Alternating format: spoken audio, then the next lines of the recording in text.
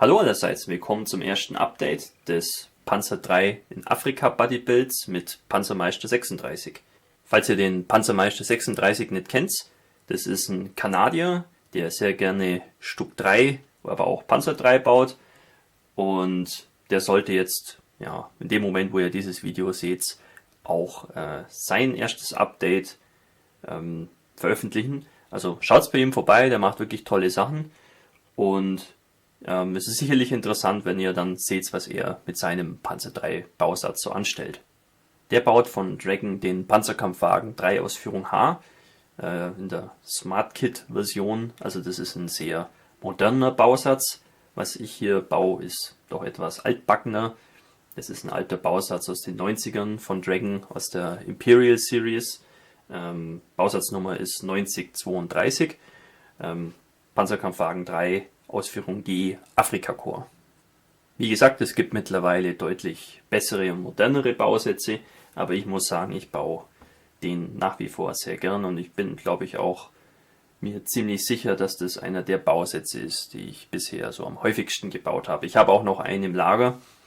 Das hat den Grund, ich mag den Bausatz sehr gern. Der hat ein paar Probleme, da werden wir auch drüber sprechen, aber ich finde, für das, was er kostet, ist er ganz gut. Man kann ein paar kleine Verbesserungen machen, die nicht wirklich aufwendig sind, und er baut sich auch sehr einfach. Also das ist kein Vergleich mit manchen modernen Bausatz, der zwar gut aussieht in der Schachtel, aber ja, der Bau ist dann einfach oft sehr komplex, und bei den alten Bausätzen hier ist das immer eine ziemlich gemütliche Sache, und nachdem ich die auch schon so oft gebaut habe, habe ich da auch schon eine gewisse Routine entwickelt.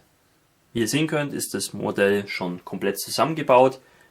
Es sind auch schon einige Zuladungsstücke fest angeklebt, aber nicht alle. Das zeige ich euch dann später noch. Sozusagen ist das Modell jetzt bereit zur Lackierung. Ich finde, das ist ein guter Punkt, um eben ein erstes Update dazu zu machen.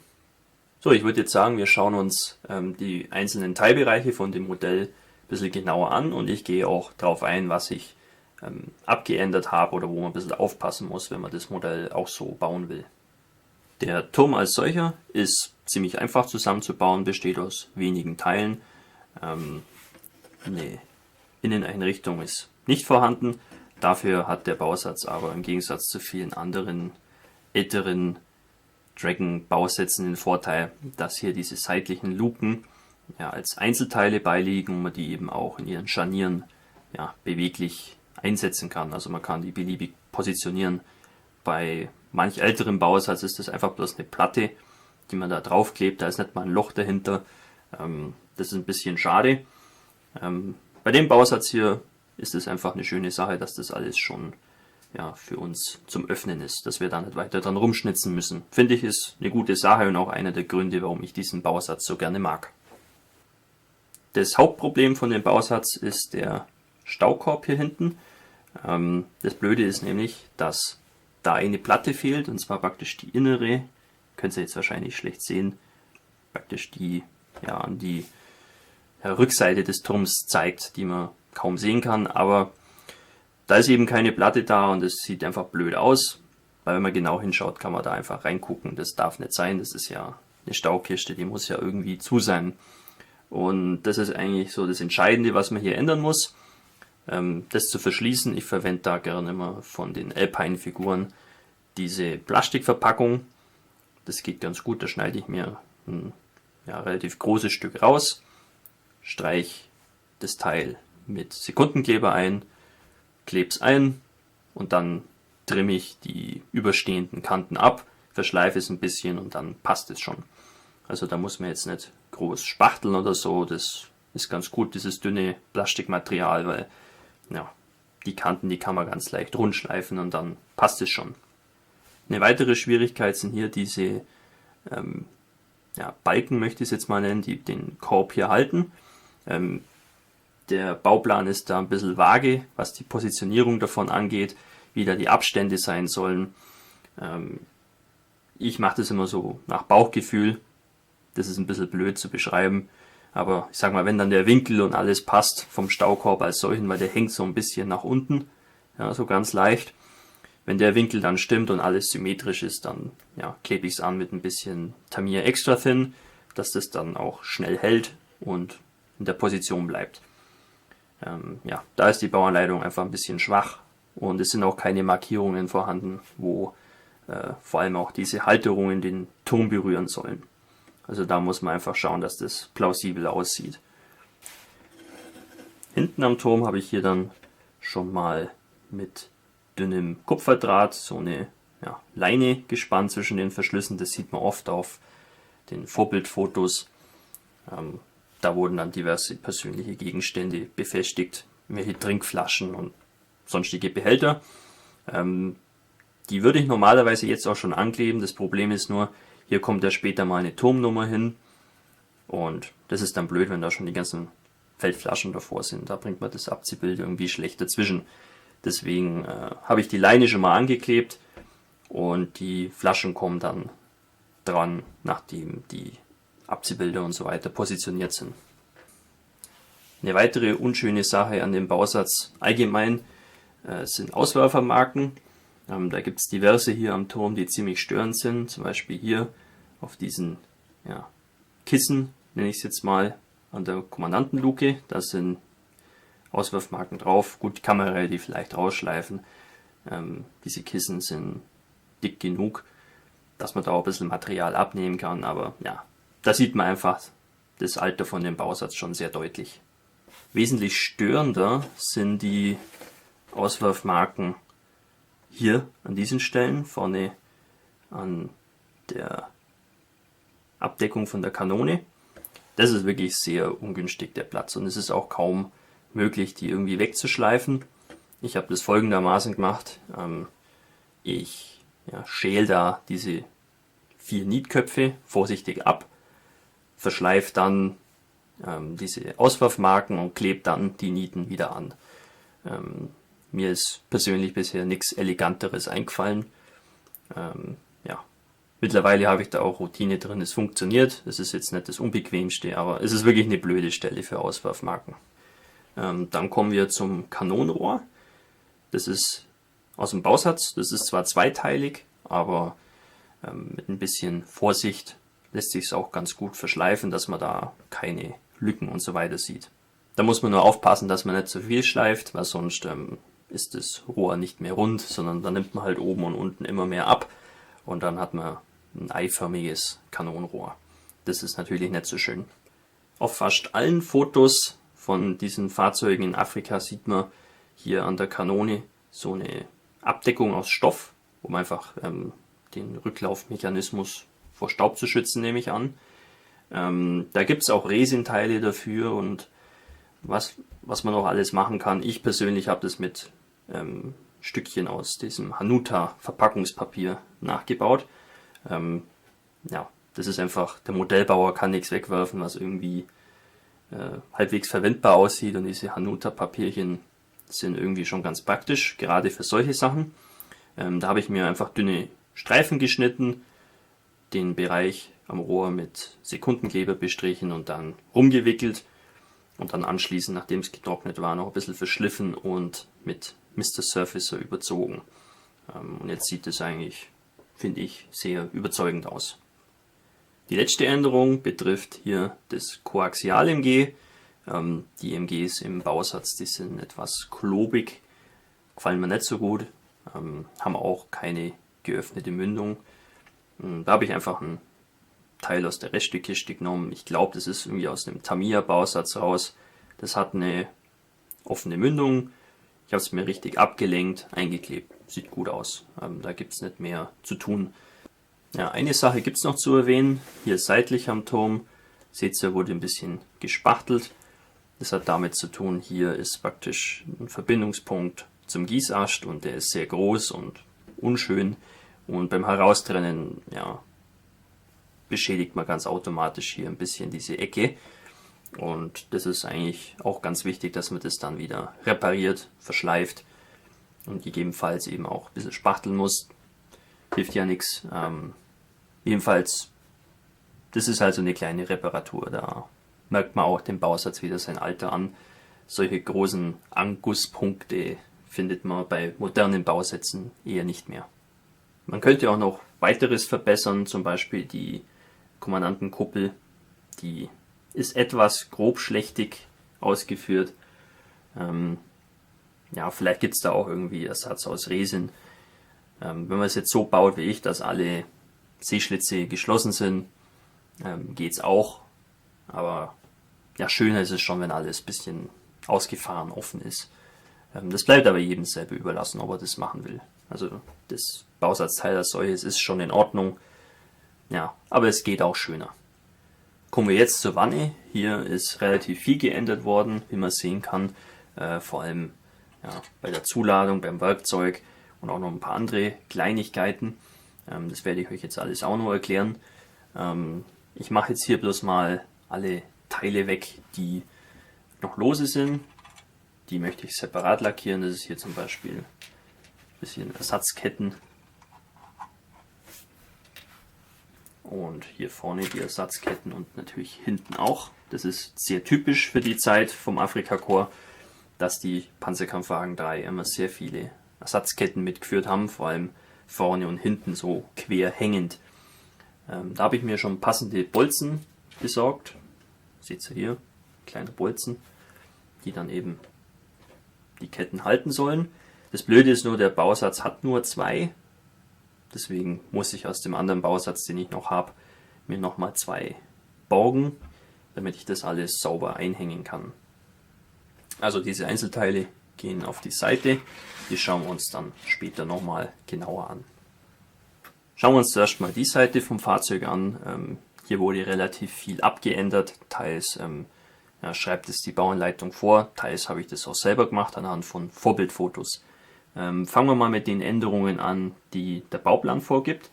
Wir müssen zum Beispiel hier vorne und auch an der anderen Seite so ein Loch verspachteln. Da geht normal so ein kleiner Zughaken rein. Das muss weg, weil wir hier die Zusatzpanzerung vorne anbringen. Und ja, das wurde auf der drüberen Seite aneinander geraten. Deswegen wurden die anscheinend entfernt am echten Fahrzeug, damit es eben Platz hat. Dann gibt es hier seitlich an dieser Platte ein paar Details, wo die Bauanleitung uns vorschreibt, dass man da ein paar Nieten und andere Sachen abschleift. Ja, das ist nicht wirklich schwierig, weil das ist einfach nur eine gerade Platte. Ja, nimmt man einfach das Material ab und gut ist. Alle weiteren Änderungen habe ich selber vorgenommen. Das betrifft hier den Notex-Scheinwerfer. Der im Bausatz ist einfach ein bisschen grob. Und der kleine Scheinwerfer hier, auch auf der gegenüberliegenden Seite, der ist ein Restteil aus einem anderen, moderneren Panzer III Bausatz. Hier der Unterlegklotz ist ein anderer aus der Restekiste, ich weiß nicht, wo der herkommt. Und eigentlich sämtliche Werkzeuge wurden ersetzt, weil die, wie man sehen kann, viel schönere Verschlüsse haben. Die im Bausatz, das sind einfach bloß so Knubbel. Und hier sieht man, da ist tatsächlich ein kleiner Griff dran und es sieht einfach wesentlich besser aus. Ich persönlich kann solche Werkzeughalterungen aus Fotoheads zum Beispiel nicht bauen. Das ist mir auch zu blöd und macht mir keinen Spaß. Deswegen greife ich immer, wann es immer geht, auf irgendwelche Restteile zurück, die ich halt in der Kiste liegen habe. Und die sehen für meine Begriffe gut genug aus und machen auch nicht so viel Mühe. Also das ist eine sehr leichte Änderung, die jeder eigentlich vornehmen kann, der eben genügend Teile übrig hat aus anderen alten Bausätzen. Hier diese Werkzeugbox, die ist aus dem Bausatz, die sieht auch gut aus. Der Feuerlöscher ist wieder ein Teil aus einem neueren Bausatz. Hier diese Plane oder was auch immer das sein soll, das ist glaube ich ein Resin-Teil von Verlinden, wenn mich nicht alles täuscht. Und hier hinten diese Staubbox, die ist im Bausatz dabei. Die gehört eigentlich zu diesen frühen Stuck 3 Bausätzen, also so Stuck 3a und Stuck 3b. Die hatten diese Staubboxen. Aber ich habe auch Fotos gesehen, dass manche Panzer 3 die auch verwendet haben in Russland und auch in Afrika. Deswegen dachte ich mir, warum nicht? Da sind auch einige unschöne Löcher und Aufprägungen auf diesem ganzen Schutzblech, auf der ganzen Länge, die man natürlich abdecken muss, weil jetzt gerade das Aufgeprägte, das ist ein bisschen blöd zum Abschleifen und Spachteln und bei Löchern ist es eigentlich ähnlich. Deswegen sind diese zwei Gegenstände so geschickt platziert, sage ich jetzt mal, dass sie eben das genau abdecken, dass ich da nicht weiter dran rumwerkeln muss. Zum Beispiel hier hinten sind zwei Löcher, wo eigentlich so eine Halterung drauf gehört für Ersatzlaufrollen, und hier diese Rolle verdeckt zwei Löcher, wo normalerweise der Wagenheber rangehört. Aber der Wagenheber ist auf der anderen Seite. Das ist auch so ein Detail, was ich beobachtet habe auf vielen Vorbildfotos, dass die Panzer III im Afrika-Korps ganz oft den Wagenheber auf der anderen Seite hatten. Warum, weiß ich nicht genau. Es hat vielleicht auch was damit zu tun, dass die ein bisschen mehr Platz schaffen wollten hier hinten für Ersatzketten oder andere Ersatzteile. Das fotogeätzte Lüftergitter hier, das ist im Bausatz enthalten. Das ist auch ein weiterer Grund, warum ich den Bausatz sehr gern mag, weil das wäre ein Detail, wenn es fehlen würde, müsste man es definitiv ersetzen. Das gehört da einfach hin. Und viele ältere Bausätze, zum Beispiel auch der Panzer III von Tamiya, die haben das alles nicht dabei. Aber diese alten Dragon-Bausätze hatten das damals eben schon. Und das finde ich ist ein sehr großer Vorteil. Spart man sich schon wieder ein paar Euro, muss man diese Gitter nicht kaufen. Schauen wir uns die andere Seite auch noch an. Ist ganz ähnlich. Hier seht ihr wieder, wo gespachtelt wurde, wo das Loch von dem Zughaken verschlossen wurde, und diese seitliche Panzerung, da wurde auch wieder ein bisschen dran rumgeschliffen, weil da eben laut Bauplan auch wieder manche Aufprägungen verschwinden sollten. Ja, dann zu den Änderungen. Hier der kleine Scheinwerfer analog zur anderen Seite wurde ersetzt, und hier die Hupe ebenfalls. Habe ich auch ein besseres Teil in der Restekiste gefunden. Hier diese Werkzeugkiste, die verdeckt wieder zwei sehr nervige große Löcher. Man sieht aber auf den Vorbildfotos sehr oft, dass hier vorne eine Staukiste befestigt ist. Manchmal auch diese große Staukiste, die wir eben gesehen haben, die bei den frühen Stuck 3 Fahrzeugen im Gebrauch war. Sieht man manchmal hier vorne. Sieht ein bisschen komisch aus, aber war anscheinend auch Usus. Die Werkzeuge wurden wieder ersetzt durch welche mit besseren Halterungen. Und hier seht ihr den Wagenheber, der eben von der anderen Seite hier nach vorne gewandert ist. Da habe ich natürlich auch einen besseren Wagenheber gefunden, der relativ komplex ist. Da gibt es von Dragon alle möglichen Varianten. Da hat man die richtige eigentlich immer zur Hand. Die Halterungen waren leider nicht passend. Da habe ich mir welche selber gebaut. Das ist jetzt nicht so schwierig. Das ist einfach nur so ein U-Profil. Und dann habe ich hier auf der einen Seite noch zwei kleine Flügelmuttern aufgeklebt. Die sind übrig geblieben bei irgendeinem Bronco Panzer II Bausatz, glaube ich. Und ja, habe ich mal aufgehoben, weil die eignen sich ganz gut, um so kleinere Umbauten zu machen. Ja, ganz allgemein, den Wagenheber würde ich bei den alten Dragon-Bausätzen immer ersetzen, weil der sieht einfach scheiße aus, hat auch überall Auswerfmarken, also lieber irgendein Restteil verwenden, was auf jeden Fall besser aussieht. Dann folgt hier eine selbstgebaute Halterung für die Kanister. Das ist einfach bloß Plastikstreifen, und da sitzen dann von Tamiya die drei Kanister drin. Sieht man sehr oft auf Vorbildfotos, dass da so eine Halterung vorhanden ist. Manchmal ist die auch viel größer und geht dann bis hier vor. Das ist dann aber wieder schwierig, weil man dann nicht weiß, wo man den Wagenheber hin tun soll. Also da gibt es verschiedene Varianten. Meine Halterung ist eben so dimensioniert, weil ich da wieder ein paar unschöne Aufprägungen auf dem Blech hier abdecken kann. Das ist ganz praktisch. Kommen wir jetzt zur Antenne. Der Bausatz beinhaltet keine Antenne, da ist hier nur unten der Antennenfuß dabei und so ein kleiner Stumpen, wo eben die Antenne irgendwie angedeutet ist, aber die Antenne ist ja wesentlich länger. Die stammt aus einem relativ alten Dragon Zubehörset für deutsche Antennen. Da gibt es verschiedene, auch diese Sternantennen und weiß ich was. Da habe ich mir einfach die richtige rausgesucht und aufgeklebt. Das ist ganz schön, da ist auch so eine kleine Flügelmutter dran und sieht einfach ganz gut aus. Ist auf jeden Fall eine gute Änderung. Wenn dann die Antenne eingeklappt wäre, dann läge sie hier in dieser Halterung. Das sind eigentlich bloß so Metallprofile am echten Fahrzeug und 2 Holzlatten. Mehr ist es eigentlich nicht. Ich habe das aus dem Bausatz verwendet, ist aber tatsächlich so, ich hatte in meiner Restekiste tatsächlich noch bessere Teile, wo man die Holzstruktur auch schön sehen kann. Gut, sei es drum, jetzt ist das schlechtere Teil in Anführungszeichen eingebaut worden. Ich denke, das ist kein großes Problem. Ja, dann habe ich hier noch ein bisschen Zuladung angeklebt, das ist auch wieder von Verlinden, glaube ich. So eine Decke und hier so eine Kanne. Fand ich ganz nett, ich weiß nicht, wo die herkommt. Ich habe die einfach und dachte mir, warum nicht? Kann ja sein, dass die Soldaten sich mal irgendwie waschen wollen oder so. Oder wofür auch immer. So eine Kanne ist sicherlich ganz hilfreich, wenn man ja, mit einem Panzer in der Wüste unterwegs ist. So, die Rückseite wird nochmal interessant. Ich habe hier ein besseres, wie nennt man das eigentlich? Nachtfahrkonvoi, Licht oder wie auch immer eingebaut. Das im Bausatz ist nicht wirklich schön. Und hier drüben auch nochmal so ein Reflektor oder Rücklicht oder was auch immer das ist. Im Bausatz ist es aber bloß so ein runder Knubbel, aber eigentlich hat es noch ein bisschen mehr Details.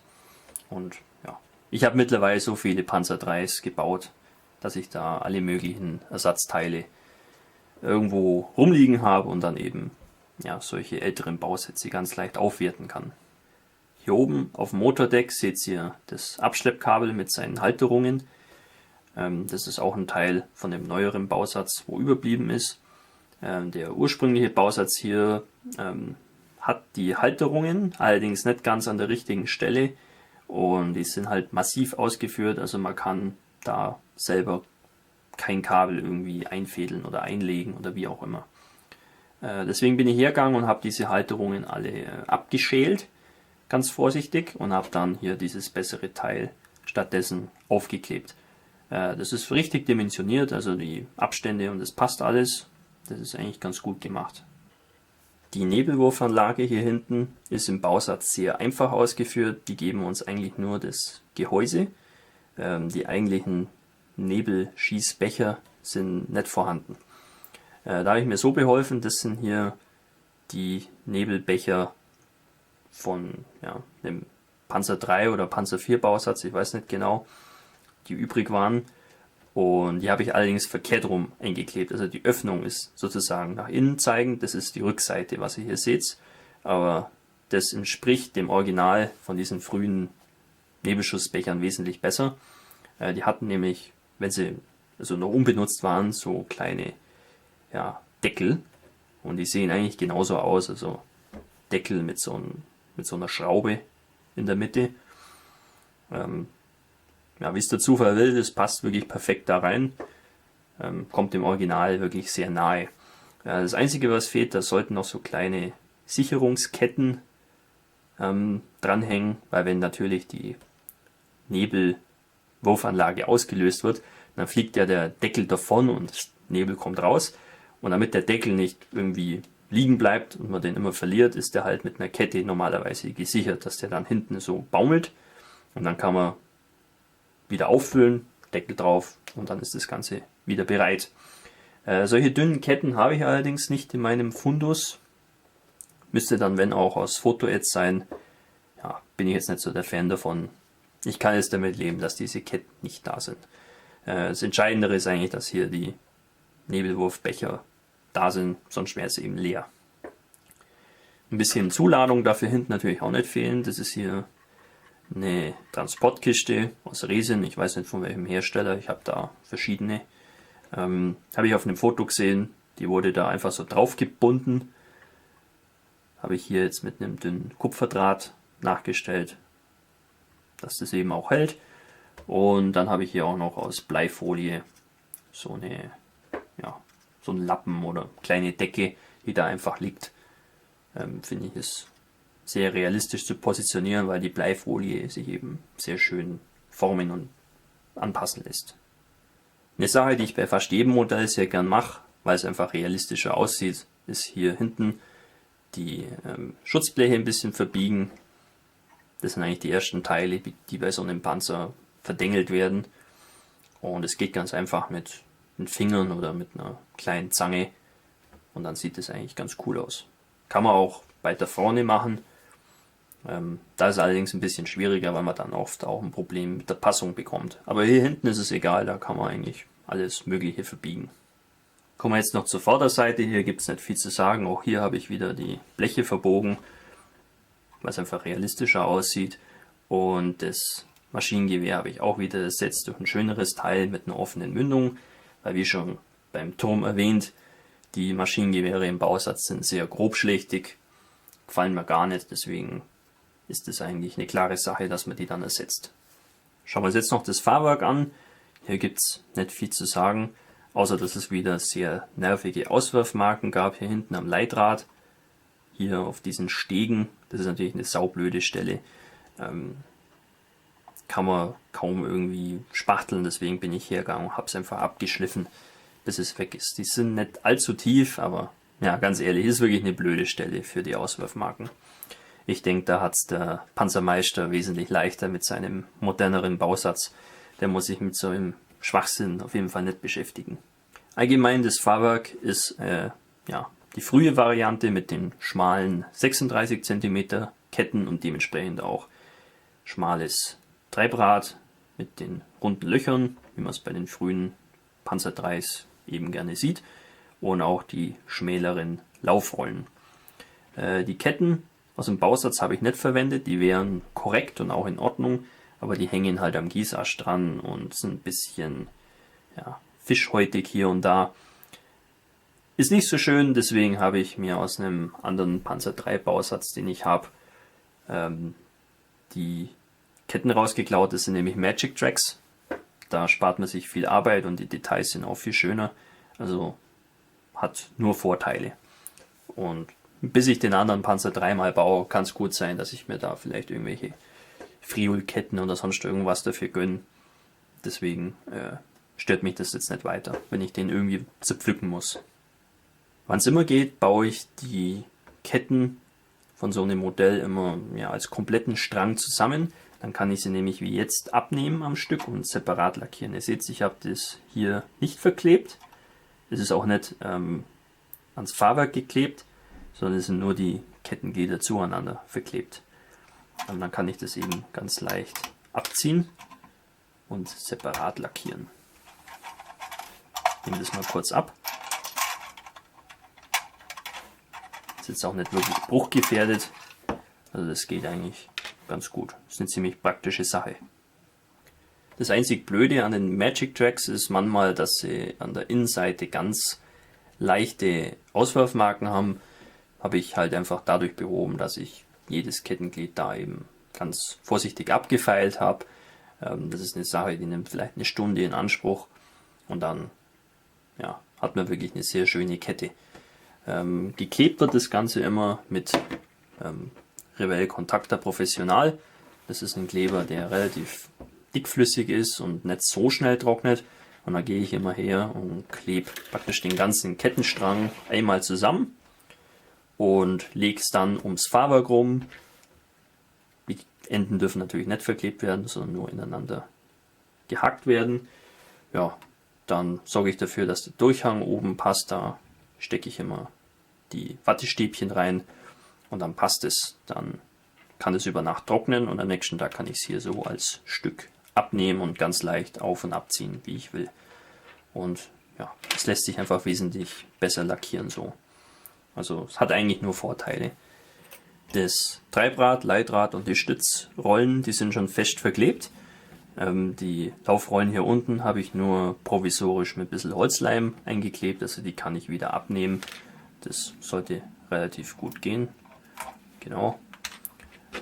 Da sieht man auch gleich, was ich noch geändert habe. Hier diese Achsen, die habe ich deutlich gekürzt, weil die sind eigentlich ein bisschen zu lang. Da hat man immer ein bisschen Problem mit der Passung. Wenn man die kürzt, geht es einfach besser.